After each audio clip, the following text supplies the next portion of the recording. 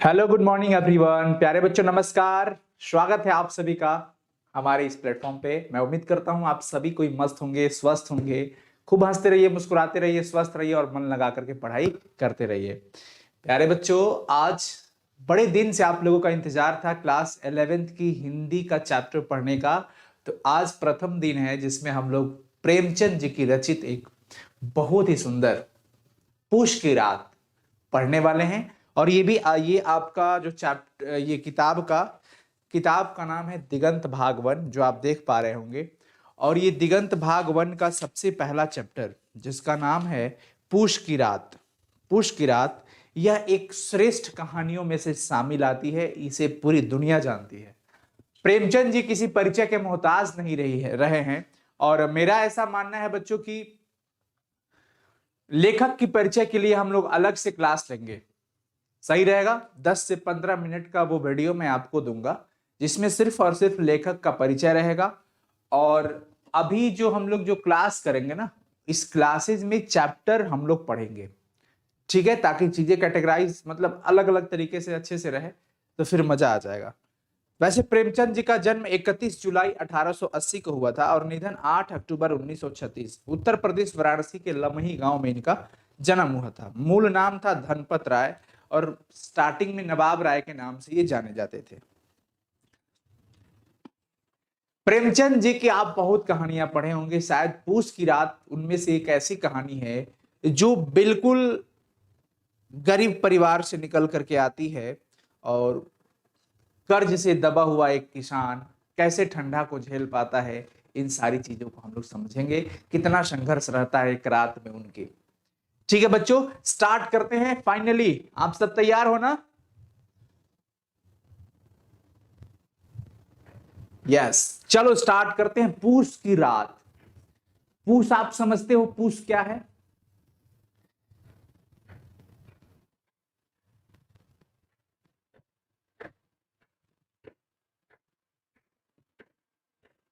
हम लोग का एक हिंदी महीना जो आता है ना, चैत्र वैशाख जेठ आषाढ़ सावन भादो कुवार कार्तिक अगहन पूष माघ, ऐसे करके आता है ना, उसमें से पूस एक महीना का नाम हो जाता है। और पूस की रात जो काफी ठंडक वाली होती है वो समझते हैं। हल्कू ने आकर स्त्री से कहा सहना आया है। हल्कू कौन है? हल्कू आगे हम लोग को पता चल जाएगा क्या है। हल्कू ने आकर स्त्री से कहा सहना आया है, लाओ जो रुपए रखे हैं उसे दे दूं, किसी तरह गला तो छूटे। सहना कोई आया है, जो हल्कू एक किसान है, हल्कू को कुछ पैसे दिए थे, किसी तरह गला तो छूटे मतलब छुटकारा पा जाऊं, उनका जो भी कर्जा है दे के हटाओ। लाओ जो रुपए रखे हैं ना उसे दे दूं मैं उसको। मुन्नी झाड़ू लगा रही थी, फिर पीछे फिर कर बोली 3 ही तो रुपए है, दे दोगे तो कम्बल कहां से आवेगा। माघ पूस की हार रात हार में कैसे कटेगी। अब हार का मतलब क्या हो जाता है?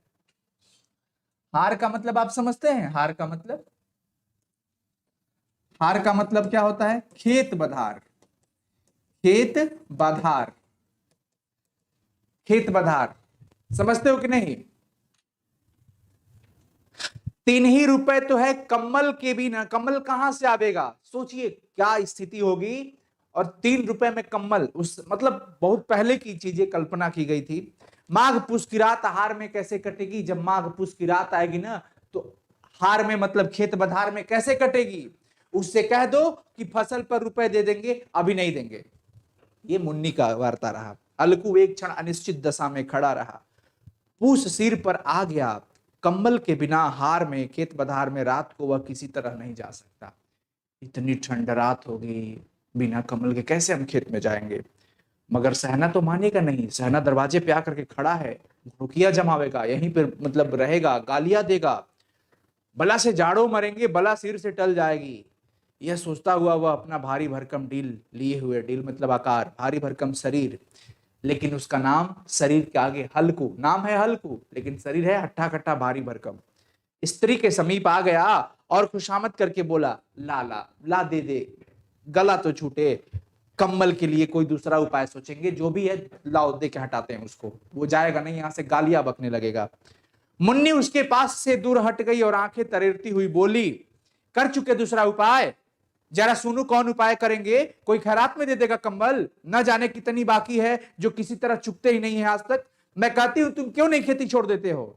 मर मर के काम करो, उपज हो तो बाकी के दे दो, चलो छुट्टी हुई, बाकी चुकाने के लिए ही तो हमारा जन्म हुआ है, पेट के लिए मजदूरी करो, ऐसी खेती से बाज आए, मैं तो रुपए ना दूंगी ना दूंगी। समझ पा रहे हैं आप? फील कर रहे हैं इस बात को? कनेक्ट कर रहे होंगे आप? एक तो इतना मर मर के काम करो, ऊपर से कुछ भी आवे नहीं और दे दो, कंबल के बिना रात कैसे कटेगी सोच रहे हो? हल्कू उदास होकर के बोला, तो फिर क्या करूं? गालियां खाऊं? गालियां खाऊं? मुनि ने तड़प कर कहा, गाली क्यों देगा? क्या उसी का राज है जो गाली देगा? मगर यह कहने के साथ उसकी तनी हुई भौं ढीली पड़ गई, क्योंकि सच्चाई था, गाली तो दे ही सकता है, वो उसी का राज है। राज कहने का मतलब यह है कि वो पैसा दिया है तो पैसा तो मांगेगा ही मांगेगा। आवेश में आकर मुन्नी बोलती है, लेकिन फिर वास्तविकता से परिचित हो जाती है। हल्कू के उस वाक्य में जो कठोर सत्य था, वह मानो एक भीषण जंतु की तरह उसे घूर रहा था। मुन्नी को इस बात का एहसास हुआ। उसने जाकर अलमीरे से रुपए निकाले और लाकर हल्कू के हाथ पे रख दिए। फिर बोली, तुम छोड़ दो अब की से खेती, लो पैसे, तुम छोड़ दो अब की बार से खेती। मजूरी में सूख के एक रोटी खाने को तो मिलेगी, खेती में क्या रखा है? किसी की धौंस तो ना रहेगी ना? अच्छी खेती है, मजूरी करके लाओ, वह उसी में झोंक दो, उस पर से धौंस सुनो। हल्कू ने रुपए लिए और इस तरह बाहर चला मानो अपना हृदय निकाल कर देने जा रहा है। हल्कू पैसे लेकर के, जो भी पैसे थे लेकर के चला सहना को देने के लिए। ऐसा लगा कि जैसे वो कलेजा निकाल करके दे रहा है। उसने मजूरी से एक एक पैसा काट छपट कर 3 रुपए कम्मल के लिए जमा किए थे। 3 रुपए किसी तरह मजूरी करके काट छपट करके 3 रुपए जमा किए थे एक कम्बल के लिए। वह आज निकले जा रहे थे, एक एक पग के साथ, एक एक कदम के साथ उसका मस्तक अपनी दीनता के भार से दबा जा रहा था। इतनी गरीबी दबाए जा रहे थे उसको। पूस की अंधेरी रात, यहाँ पे एक दृश्य खत्म होता है। पूस की अंधेरी रात, आकाश पर तारे ठिठुरते हुए मालूम होते थे। हल्कू अपने खेत के किनारे ऊख के पत्तों की एक छतरी के नीचे बांस के खटोले पर अपनी पुराने गाढ़े की चादर ओढ़े कांप रहा था। हल्कू, आप देख पा रहे होंगे वो दृश्य जो दिखाने की कोशिश की गई है, ये फसल है और ये कुछ ऐसा दृश्य आएगा कि वो पत्ता वगैरह एक साथ कलेक्ट करके जलाएगा। ये आप बैकग्राउंड पे जो देख पा रहे हो ना, वो इसी चीज को कनेक्ट कर रहा है। खाट के नीचे, खाट समझते हो, खटिया, खाट के नीचे उसका संगी कुत्ता, उसका एक संगी था कुत्ता, जबरा नाम था। क्या नाम था? जबरा। पेट में मुंह डाले सर्दी से कूं कूं कर रहा था। 2 में से एक को भी नींद नहीं आती थी, न हल्कू को नींद आती थी और ना ही उसका संगी कुत्ता जो जबरा था उसको भी नींद नहीं आती थी। जाड़ा एकदम कर्कश है। हल्कू ने घुटनियों को गर्दन में ऐसे करके, आदमी हो जाता ना, घुटनियों को गर्दन में चिपकाते हुए कहा, क्यों जबरा, जाड़ा लगता है? कहता तो था कि घर में पुआल पर लेट रहा, तो यहाँ क्या लेने आया था है? अब खाओ ठंड, मैं क्या करूं? जानते थे मैं यहाँ हलवा पूड़ी खाने आ रहा हूँ, दौड़े दौड़े आगे आगे चले आए, अब रो नानी के नाम को। कौन बोला? हल्कू ने कहा। किसको? इसको। किसको? जबरा को बोला कि बड़ी दौड़े दौड़े हलवा पूड़ी खाने आया हूं, जो आ गए मेरे आगे आगे, अब खाओ, लो। मतलब काफी ठंड लग रही थी। जबरा ने पड़े पड़े दुम हिलाई और अपनी कू कू को लंबा बनाता हुआ एक बार जम्हाई लेकर के शांत हो गया। उसकी श्वान बुद्धि ने, श्वान मतलब कुत्ता होता है, उसकी जो बुद्धि है ना, शायद ऐसा उसे महसूस हुआ कि मेरे मालिक को, मेरे स्वामी को कू कू की आवाज से नींद नहीं आ रही है, इसलिए वो भला चुप हो गया। हल्कू ने हाथ निकालकर जबरा की ठंडी पीठ सहलाते हुए कहा, सहला रहा है इसका पीठ हल्कू। कहा, क्या कहा?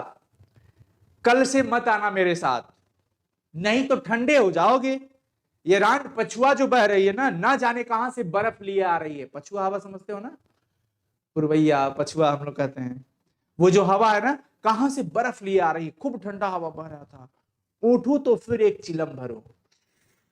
चिलम समझते हो ना? सोच रहा है हल्कू कि अगर उठूंगा ना तो फिर एक चिलम लूंगा जरूर, किसी तरह रात तो कट जाए। 8 चिलम तो पी चुका हूं, कितना चिलम पी चुका हूं? 8 चिलम तो पी चुका हूं। यह खेती का मजा है। और एक एक भगवान ऐसे पड़े हैं जिनके पास जाड़ा जाए तो गर्मी से घबरा कर भागे। मोटे मोटे गद्दे, लिहाफ, कंबल। मजाल है कि जाड़े की गुजर हो जाए। तकदीर की खूबी है, मजूरी हम करें, मजा दूसरे लूटे। अपनी तकदीर को कोस रहा है बेचारा कि साला मजदूरी हम करें, मजा कोई और लूटे। एक एक मेहनत करके पैसे जुटाए, चलेगा ऐसा। जो अमीर लोग होंगे, मतलब यही चीजें कल्पना होती है कि बताइए हमारे देश में, आपके आसपास, हमारे आसपास कई ऐसे परिवार होंगे जो इन परिस्थितियों से गुजर रहे होंगे, जो सुबह का अगर अन्न की व्यवस्था करते हैं, भोजन की व्यवस्था करते हैं, तो शाम की व्यवस्था में फिर वापस निकल जाते हैं, कहीं कमाने धमाने काम करेंगे, दिन भर मजदूरी करेंगे, तब शाम को उनके घर में चूल्हा जलता है। तो ऐसे परिवार का कद्र करना चाहिए और जितना भी हो सके आपसे यथासंभव आप उनकी मदद करें, हेल्प करें। आपके आसपास भी अगर ऐसा परिवार हो तो। हल्कू उठा और गड्ढे में से जरा सी आग निकाल करके चिलम भरी। जबरा भी उठ बैठा। जबरा उसका संगी कुत्ता था। हल्कू ने चिलम पीते हुए कहा, पिएगा चिलम? जाड़ा तो क्या जाता है, हाँ जरा मन बहल जाएगा। पिएगा? लेगा, खींचेगा चिलम? किसको? जबरा को। जबरा ने उसके मुंह की ओर प्रेम से छलकती हुई आंखों से देखा। जबरा बड़ी प्यार से देखा उसको, हल्कू को। हल्कू, आज और जाड़ा खा ले, कल से मैं यहाँ पियाल। हल्कू बोल रहा है, आज और जाड़ा खा ले, कल से मैं यहाँ पुआल बिछा दूंगा, उसी में घुसकर बैठना, तब जाड़ा ना लगेगा तुमको। पुआल, पुआल समझते हो? पुअरा जिसको हम लोग बोलते हैं। चीलम का मतलब देखो, जो गांजा लोग पीते हैं ना, गांजा पीने वाला वो होता ना चीलम, ऐसे ऐसे टांगता है लोग, गांव में आप देखे होंगे ना, वही वही गांजा पीने वाला जो होता है ना, उसको चीलम बोलते हैं। जबरा ने अगले पंजे उसकी घुटनियों पर रख दिए। किसकी? हल्कू के घुटनियों पर रख दिए और उसके मुंह के पास अपना मुंह ले गया। उसके मुंह के पास अपना मुंह ले गया। हल्कू को उसकी गर्म सांस लगी। उसकी जो भाप निकला ना गर्म, तो हल्कू को गर्म सांस लगी। चिलम पीकर हल्कू फिर लेट गया और निश्चय करके लेटा कि अब तो चाहे जो कुछ भी हो, अब की सो ही जाऊंगा, पक्का सो जाऊंगा, इस बार पूरी रात बाकी है। चिलम लेकर के हल्कू सोचा कि चलो इस बार लेटते हैं और पक्का पक्का जो है ना वो सोकर ही दम लेंगे। पर एक ही क्षण में उसके हृदय में कंपन होने लगा, थरथरी आ गई। कभी इस करवट लेटता तो कभी उस करवट, पर जाड़ा किसी पिशाच की भांति उसकी छाती को दबाए हुआ था। जाड़ा कम होने का नाम नहीं ले रहा था। पछुआ हवा खूब बर्फ की तरह ठंडी ठंडी आ रही है। जब किसी तरह से न रहा गया तो उसने जबरा को धीरे से उठाया और उसके सिर को थपथपाकर उसे अपने गोद में सुला लिया। निश्चय करके सोया था हल्कू की इस बार चिलम ले लिया हूं और सोऊंगा तो पक्का सो ही जाऊंगा, अब सुबह ही उठना है। लेकिन काहे को? परिस्थिति ऐसी थी कि ठंडा हवा दबाए जा रही है, हृदय में कपकपी हो गई और वो फाइनली इस करवट उस करवट बेचैन की तरह। अंततः एक सुझाव आया उसके मन में, जबरा को उठा लिया, सहला करके अपने पास गोद में सटाकर सुला लिया। कुत्ते की देह से जाने कैसी दुर्गंध आ रही थी। कुत्ते के देह से जाने कैसी दुर्गंध आ रही थी, पर वह उसे अपनी गोद से चिपटाए हुए ऐसे सुख का अनुभव कर रहा था जो इधर महीनों से उसे न मिला था। कुत्ते के शरीर से दुर्गंध आ रही थी। हल्कू कुत्ते के साथ जब लिपट के सोया तो मानो उसे ऐसा एक सुख मिला जिसको वो बरसों से इंतजार कर रहा था। उसे मतलब सोचो, फील करो, इनके शरीर पे वस्त्र ठंडे वाले नहीं थे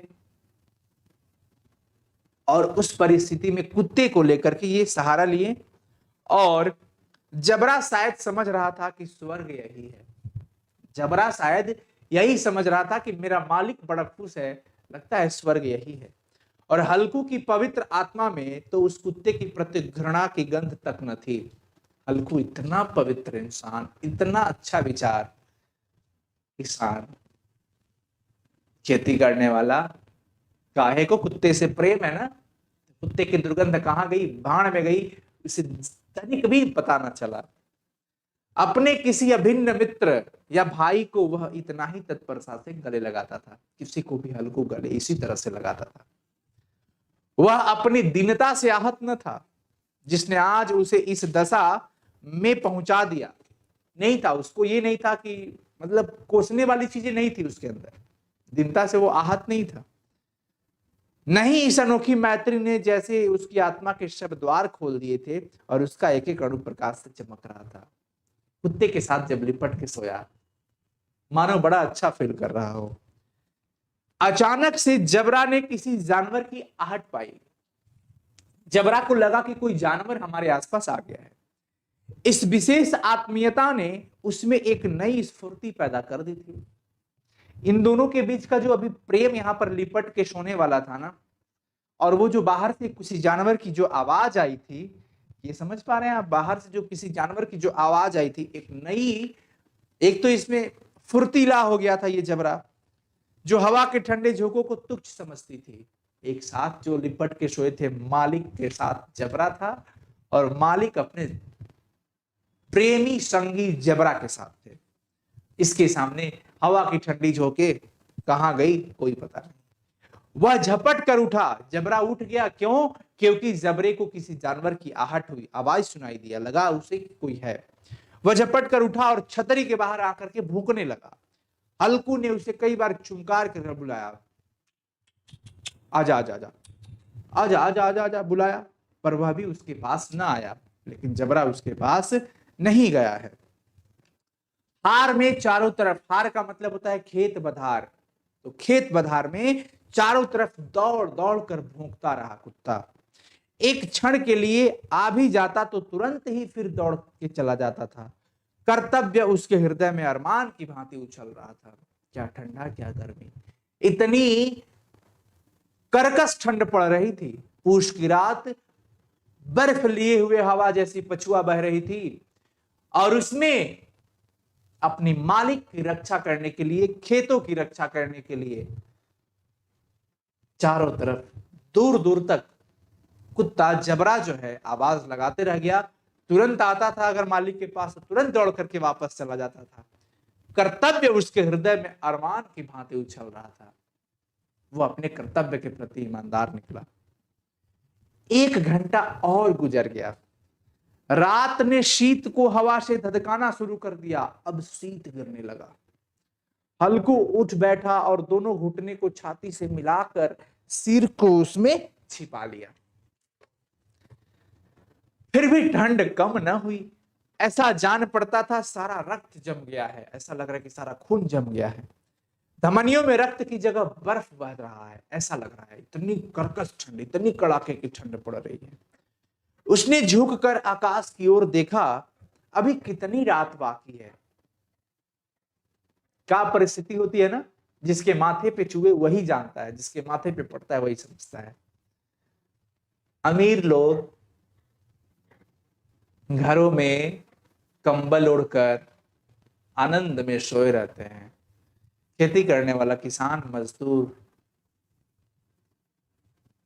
अपनी फसल को बचाने के लिए रात में इतना मेहनत करता है। वो हल्कू, देखिए रात ऐसा लग रहा था, एक रात एक बरस की तरह हो गया था कि जल्दी से कटे, पर कट नहीं रही थी रात।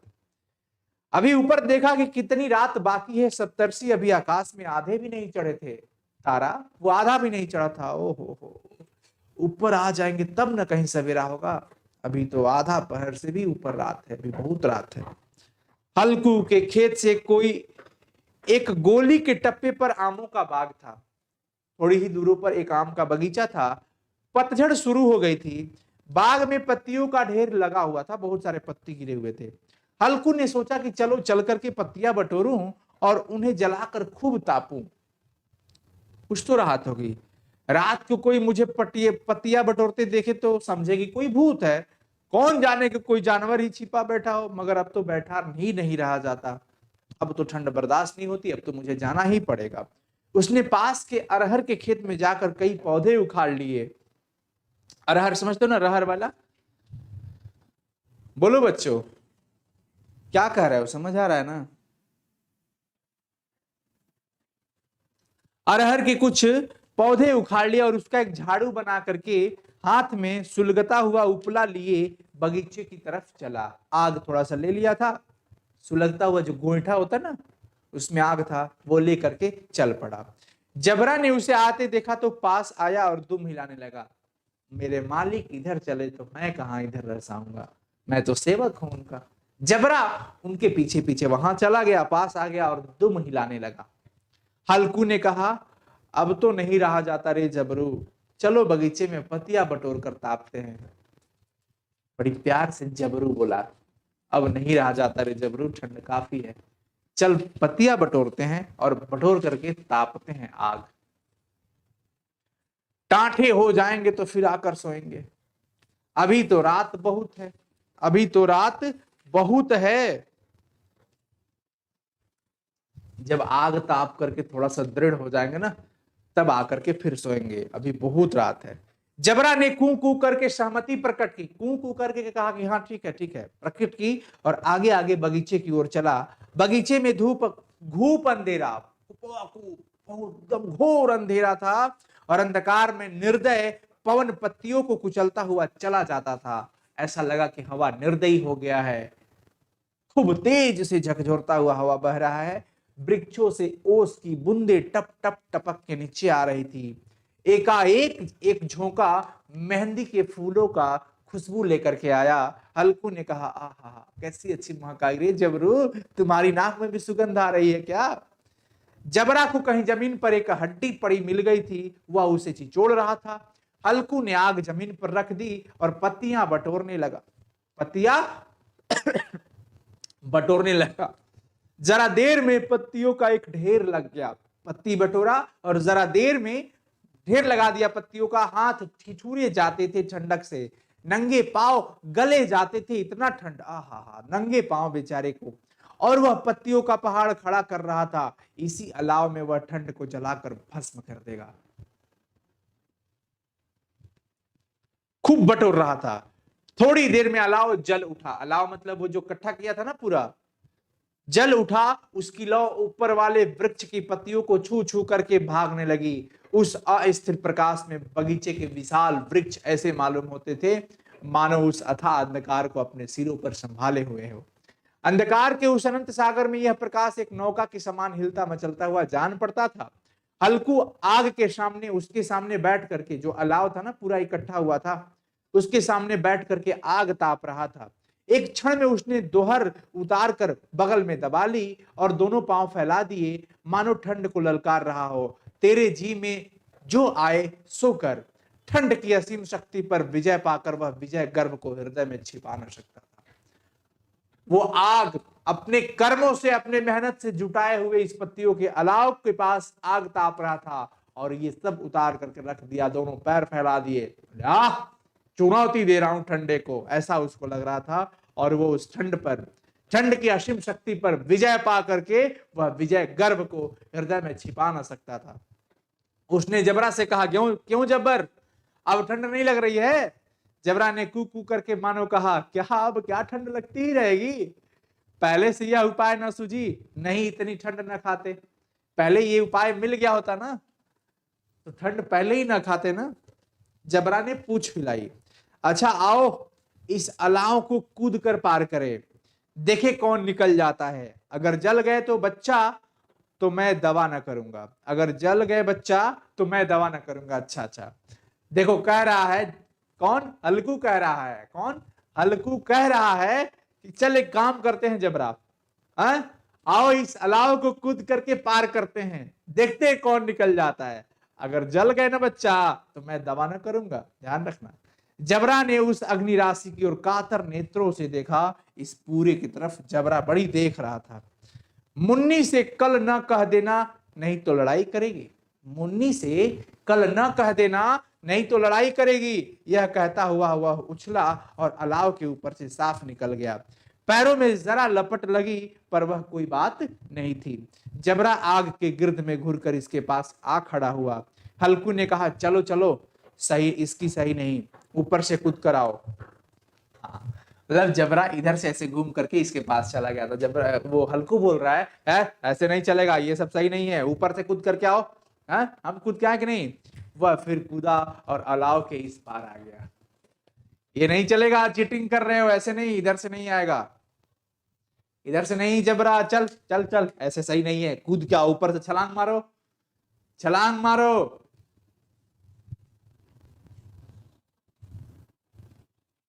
तब छलांग लगाया और इस पार आ गया। पत्तियां जल चुकी थी, बगीचे में फिर अंधेरा छाया था। राख के नीचे कुछ कुछ आग बाकी थी, जो हवा का झोंका आ जाने पर जरा जाग उठती थी, पर एक क्षण में फिर आंखें बंद कर लेती थी। क्या हमेशा पत्ती जलती रहेगी? पत्ती ही तो थी, जल के राख हो गई। जब कभी हवा के झोंके आते थे तो उस बुझे हुए राखों में थोड़ी सी चिंगारियां दिखा देते थे, फिर आंखें बंद कर लेती थी, फिर वो बुझ जाती थी। हल्कू ने फिर चादर ओढ़ ली और गर्म राख के पास बैठा हुआ एक गीत गुनगुनाने लगा। उसके बदन में गर्मी आ गई थी, पर ज्यों ज्यों शीत बढ़ती जा रही थी उसे आलस से दबाए लेता था। जबरा जोर से भूख कर खेत की ओर भागा।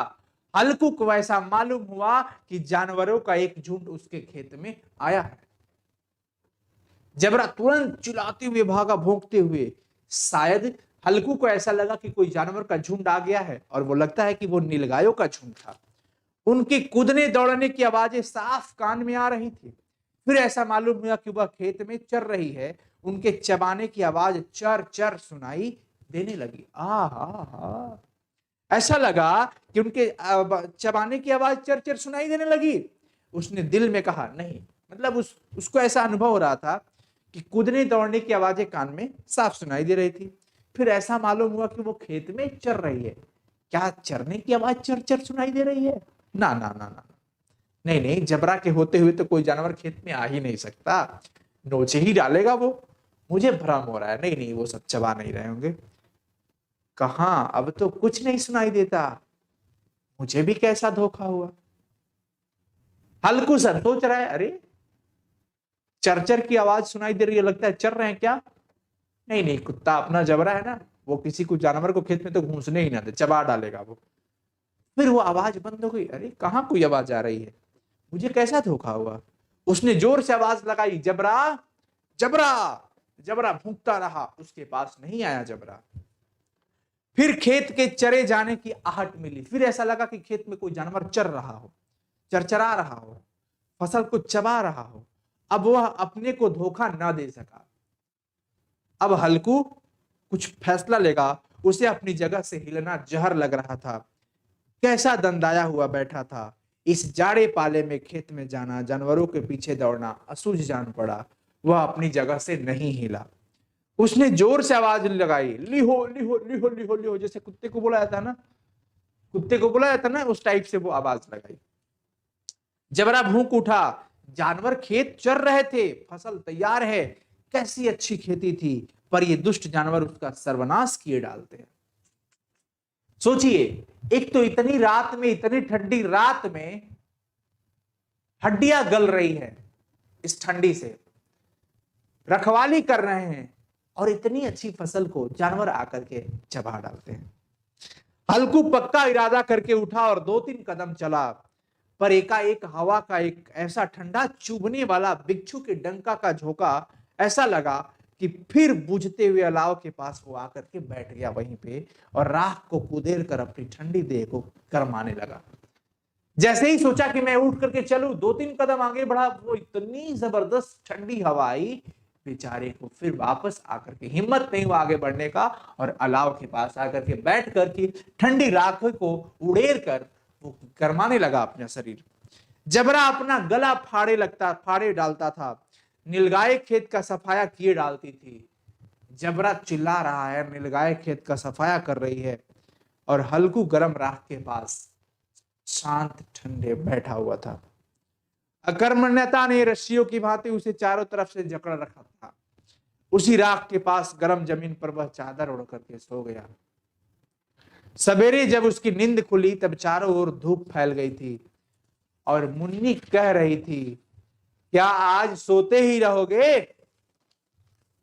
जब सुबह उठा तो देखा कि चारों तरफ धूप हो गया है। मुन्नी कह रही है कि क्या आज सोते ही रहोगे? तुम यहां आकर रम गए और उधर सारा खेत चौपट हो गया।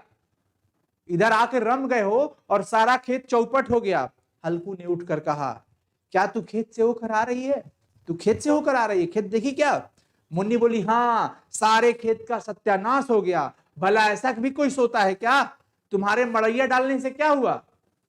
हल्कू ने बहाना किया, मैं मरते मरते बचा, तुझे अपने खेत की पड़ी है, पेट में ऐसा दर्द हुआ कि मैं ही जानता हूं।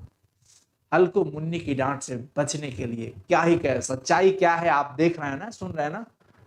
कड़ाके की ठंड, कड़ाके की गर्मी आज नहीं कहेंगे, ठंड कहेंगे।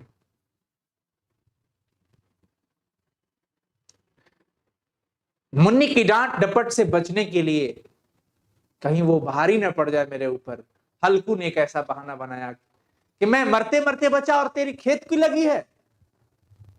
पेट में ऐसा दर्द हुआ कि बच ही गया, ऐसा दर्द हुआ कि मैं ही जानता हूं। दोनों फिर खेत की डांड पर आए, डनार जो होता ना, खेत के पास गए। देखा सारा खेत रौंदा पड़ा हुआ है और जबरा मड़ैया के नीचे चित्त लेटा हुआ है, मानो प्राण ही न हो जबरा में। दोनों खेत की दशा देख रहे थे। मुन्नी के मुख पर, चेहरे पर उदासी छाई हुई थी, पर हल्कू प्रसन्न था। हल्कू प्रसन्न था। मुन्नी ने चिंतित होकर कहा, अब मजूरी करके मालगुजारी करनी पड़ेगी, भरनी पड़ेगी। हाँ, क्योंकि मालगुजारी पे खेत लिए हुए थे ना, पैसे दे करके खेत लिए हुए थे करने के लिए, अब फसल भी खत्म हो गया। मुन्नी कहती है, अब लगता है कि मजूरी करके मालगुजारी भरनी पड़ेगी। हल्कू ने प्रसन्न मुख से कहा, रात की ठंड में तो यहाँ सोना तो नहीं न पड़ेगा। आहा, धन्य हो, क्या ही बताएं। हल्कू ने क्या बताया? कोई बात नहीं, फसल चढ़ गए चढ़ गए, मालगुजारी भरना पड़ेगा मजूरी करके, ऐसा मुन्नी ने कहा। हल्कू के अंदर एक प्रसन्नता थी, खुशी था कि चलो कोई नहीं, रात की ठंड में, ठंड की रात में यहाँ सोना तो कम से कम नहीं न पड़ेगा, उससे बेहतर है कहीं मजूरी करना। समझ रहे हैं आप लोग? बच्चों ये चैप्टर एंड हुआ, फिर हम इसका क्वेश्चन आंसर का पीडीएफ आपको जल्द ही प्रोवाइड कराएंगे। आप सब अच्छे से पढ़ो। कैसा लगा क्लास? जरूर देखिएगा अच्छे से इसको, और बार बार देखिएगा, रिवीजन करिएगा, मजा आएगा आप सभी को। ठीक है बच्चों, चैनल पे पहली बार आए हो तो सब्सक्राइब करना और अपने दोस्तों के साथ शेयर करना, और बताना कि ये चैप्टर कैसा लगा। कमेंट सेक्शन में कमेंट जरूर करिएगा। ऑल दी वेरी बेस्ट बच्चों, थैंक यू सो मच।